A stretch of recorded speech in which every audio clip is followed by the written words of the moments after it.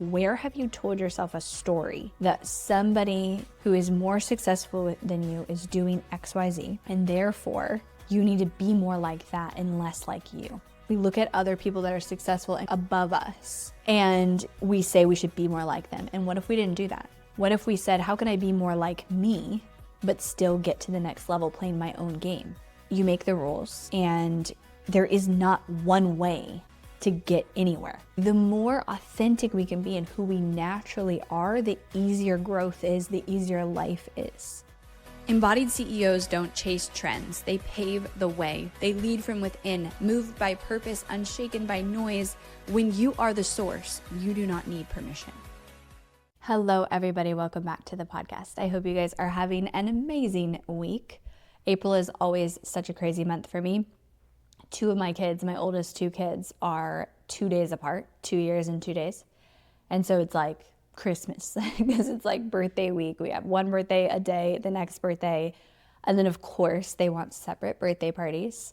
So we have usually 2 weekends that have birthday parties. And then my parents like to come visit. So my dad's coming, then my mom's coming. Super grateful. It's going to be an amazing month, but it feels like this month's just going to be flying by.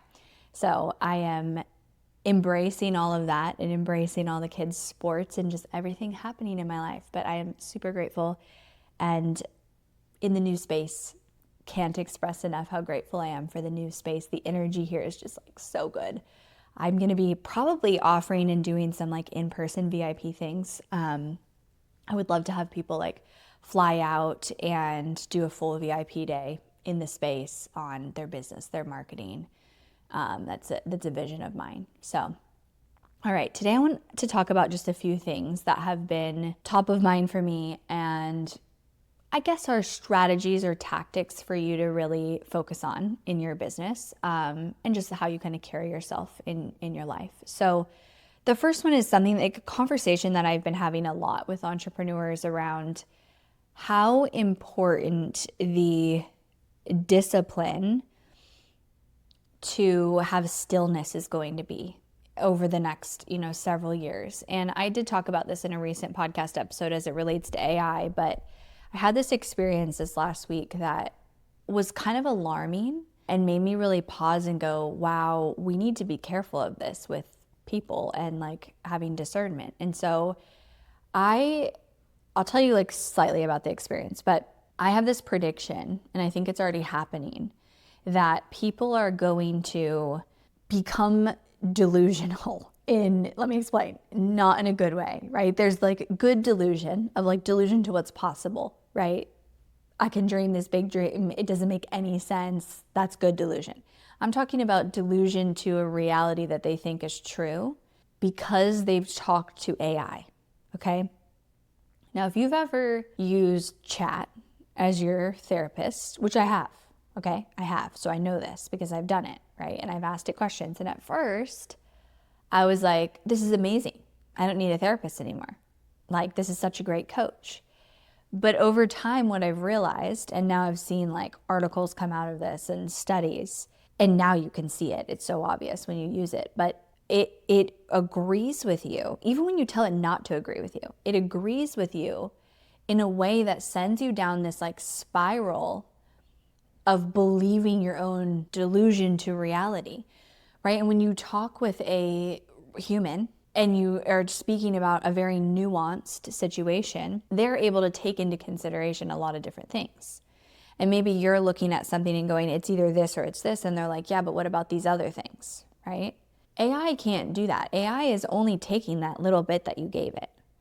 And it doesn't have all of that context and that just like nuance. And so the situation happened where somebody who I know really well started behaving strangely and started like sending these messages about what she needed to do. And the messages were so obviously written by chat, like it's very obvious. But more than that, I was like, this came from a conversation with chat that has made her think this is a good idea and like validated it. And I'm like, oh my gosh, we're going to go into a time where people are like so sure of this like delusioned reality that they're right about something that it's going to impact relationships. And I'm like, oh my gosh, because I think I saw this funny comment on a reel that was joking about this with chat. It was like, chat, I hit 10 cars. What should I do? And chat was like, it's okay. Like a silly response. Obviously it's fake, but it was like,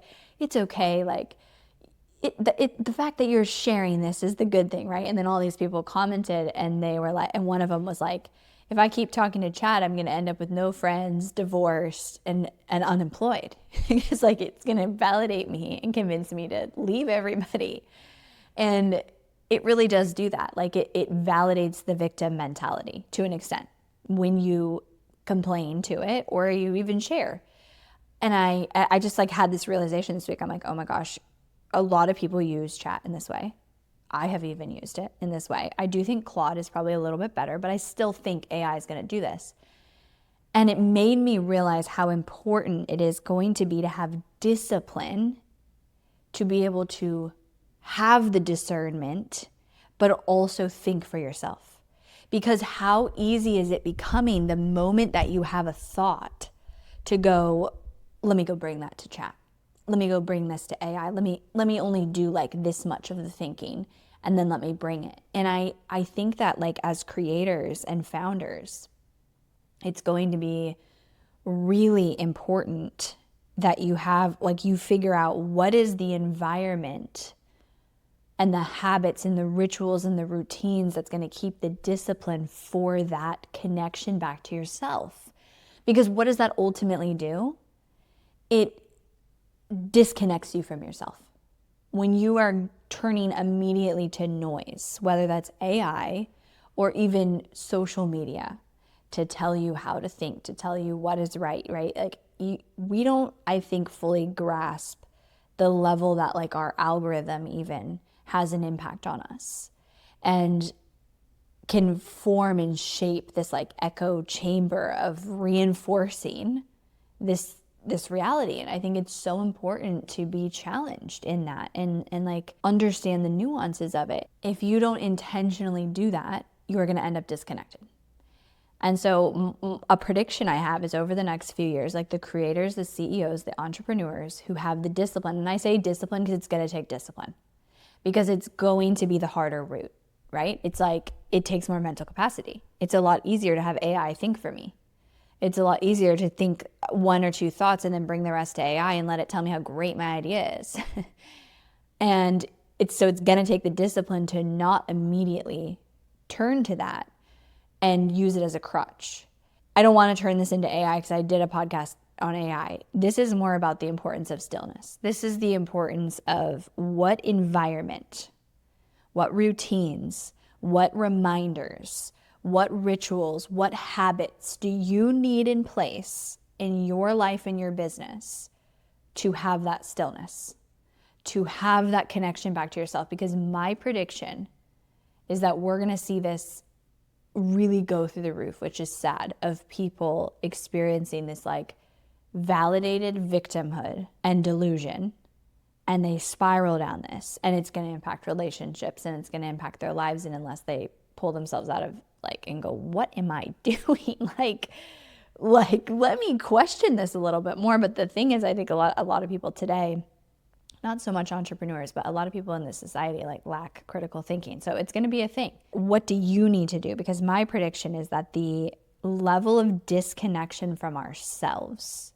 which I believe is connection back to whatever you believe in, source, God, like I think it's within us. The level of separation and disconnection from that is going to continue to climb.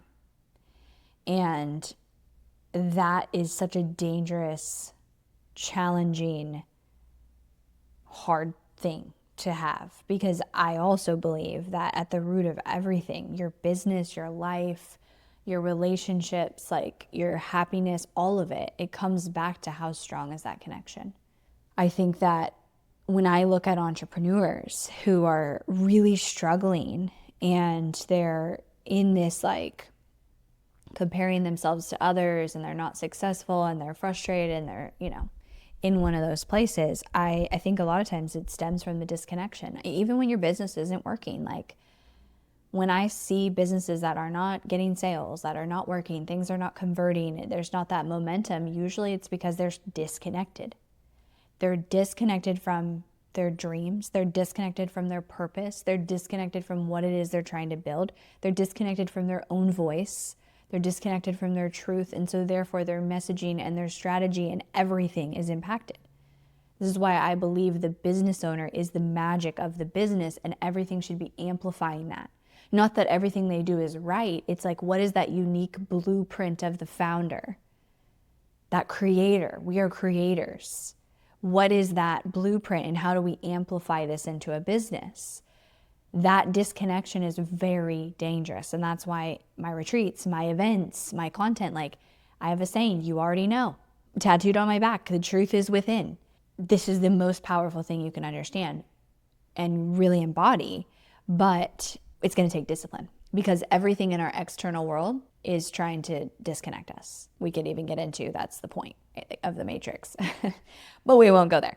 So that's the first thing, is like actually seriously sitting with and asking yourself, what is the discipline you're going to have this connection? Because I promise you, like, it's probably my biggest secret weapon is stillness and connection, because it gives me the clarity. It gives me the confidence. It gives me the purpose. It gives me everything I need in ingredients to then take it into action that equals success, aligned success, and like creating the life of your dreams. So that's the first thing I want to talk about. The next thing I want to talk about, it kind of is a great segue into this. I had a realization the other day, because of social media and because of the way we constantly see everybody's life, how much we compare and tell ourselves like we should be like XYZ. And so let me explain.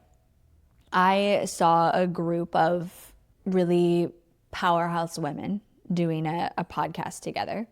And I know some of them, you know, not like good friends, but mutual friends with some of them. And of course, my immediate thought was like, man, I wanted to be invited. And then that thought was followed by, I'm not really good at friendships and connections. I've always kind of told myself that. And that I need to do a better job at networking and, you know, being in the elite, you know, group or whatever. And then I started reflecting on like my experience back in school. Like I have always felt like I was just outside the cool club. I've always felt like that. Like I was just outside of the cool group of people, because I always felt like the cool club was surface, like the relationships. It was always like, we're not being real. Like since I was young, I felt like this. Like I just couldn't do it. I couldn't play the game. And I'm not saying that this group at all is like that. However, I do think even in business, even in adult relationships and entrepreneurs, like there is this usually like kind of elite crowd that they lack depth in their relationships because it's a show. It's like we're all trying to put on a show to be cool enough to be in the cool club.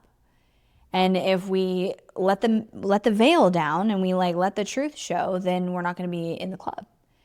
And maybe there's a part of that that's my belief. I think that it might be. But I think anyways, through this thought process, I was, first of all, starting with being critical to myself of like, you're not good at that. That's why you're not invited, because you don't go and network and you don't go and connect, which is partly true because I don't prioritize it. It's probably the lowest thing on my priorities is actually like friendships right now. I have good friends, and I have friends where like we pick it up, we could not talk to each other for 2 months and we pick it right back up. Those are my friendships. And also, since I've been young, I've been somebody who has a small circle of very deep relationships, very deep. And when you are in my small circle, I will do anything for you. Like I'm very loyal, but I keep the circle small because I don't like surface level, because I don't like small talk, because I can't put on, it's exhausting to me to put on a show. It's exhausting to me to not be like fully authentic and real. I can't do it. And so I've always been like this. So then I started thinking like, maybe I should stop thinking about like, how can I be like other people, and just embrace that this is a strength of mine and that's who I am. And I caught myself telling myself the story of like, can you get to 8 figures and not play that game? And not play the like, let's be the elite. And then I was like, I think that's what people like about me, you know? I'm like, I think people like how real I am. I think people like, and I've had comments of like, you are the same person at the gym as you are in your podcast studio, as you are in a webinar, as you are as a friend, as you are like anywhere. And that is something that comes natural to me. So my point in all of this is I think oftentimes we look at our quote weaknesses and we tell ourselves we have to change. Now, if that weakness is misaligned to the person that you want to become, that would be one thing. If I was like, I want to have a lot of friendships, that would be in alignment with me. I want to prioritize this. Like that is in this season of my life, something I want to create. That would be different, right? Then I can lean into that weakness and that discomfort and actually take actions. But if I look at it and say, honestly, I'm pretty happy. Like, I love the friendships I have. I love the relationships I have. I don't like going to big business events and schmoozing. Like, it's not me. It will never be something I want. And then it's like, well, you make the frickin' rules. So why are you saying that's a rule? So when we oftentimes we look at other people, and I find myself doing this, we look at other people and then we say, here's what they're doing that I'm not, and I should be doing this. But that thing goes against who you naturally are. And I truly believe that the more you can align yourself with who you naturally are, the easier it is, right? Because there's less resistance.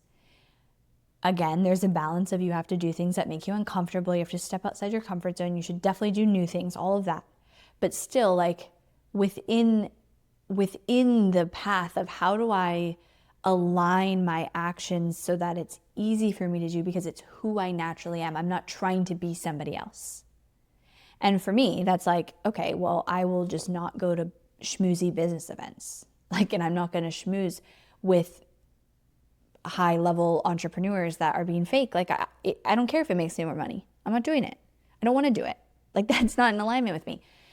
And so then it made me realize how much we look at other business owners. We look at other people that are successful and above us. And we say we should be more like them. And what if we didn't do that? What if we said, how can I be more like me, but still get to the next level playing my own game? You make the rules, and there is not one way to get anywhere. So that's a piece that I want to challenge you with today is like, where have you told yourself a story that somebody who is more successful than you is doing XYZ, and therefore you need to be more like that and less like you? Again, there is still the need to do things that take you out of your comfort zone, but how can you do those while still leveraging what either lights you up or comes natural to you or is who you are? Like, the more authentic we can be in who we naturally are, the easier growth is, the easier life is. And so the more, when I look at my entrepreneur journey and I look at what has created me the most success, it's when I've leaned into who I am. And I've not made any of that wrong or any of the things I'm not wrong. And I've just leaned into who I naturally am unapologetically. And gone, there's no right way to do this. There's no wrong way to do this. There's no right way to do this. And some people, I'm sure it fuels them to have these big groups of like high status friendship groups. And I do think, sure, there's probably an element of like, the higher you get, the higher your net worth and network is, sure. But for me, I never would want to be there if I lost the deep relationships that I have. Like, I cannot do the schmoozing. I cannot do the let's wear a mask and talk about how great we are and make sure everyone knows how great we are. I can't do it. Like, I gotta be me. I gotta be real. And to me, that's what's fulfilling. So thinking about like, where have you watched somebody on social media? Because that's where it usually starts, right? You see content. I think especially as women, we do this like comparison thing. Where have you seen somebody on social media and subconsciously gone down that thought loop of, I'm not doing this, I'm not good enough, I'm not like them, I should do this more, and just challenge that. And maybe there's room in there for me to go, yeah, maybe I should prioritize connection more, real connection. Sure, maybe in this season of my life, I don't feel that. Like, my time and energy is very much taken up between my kids and my training and my business. I don't really have a lot more capacity, and I'm okay with that in this season. Now, as my kids get older, that could change, and that's okay. I think it's super freeing to just go like, there is no right or wrong way to do this. And our brains love to convince us that. Our brains love to go like, you're doing it wrong because of this and right because of this. So those are my inner dialogue thoughts this week. The delusion of AI, how important the discipline is of stillness. I'm serious. And that connection to yourself, like that is going to be and is a superpower. So I cannot emphasize it enough. It's why a big intention for me in my live events is that. And people don't come to the event because they think that's what they want. They come because they think they want something else. That's what they get. And they realize that's what they just needed all along. Remove the noise, remove all of that, connect back to myself, and then everything becomes easier and more clear. Which, by the way, we do have the next Embodied Marketing Live happening at the end of July 30th to August 1st in Austin, embodiedmarketing.com/live. We've got early bird tickets live, and I would love for all of you guys to be a part of one of my in-person experiences. It is my favorite thing that I do. And I am so excited. This will be the 4th one. Everyone just gets better. And it's just such a beautiful blend of marketing strategy and business tactics with connection. And you will leave the event way more clear with your business and a different person in the best way. So anyways, that's always a big theme because I think that all the marketing strategy and the business growth comes after that.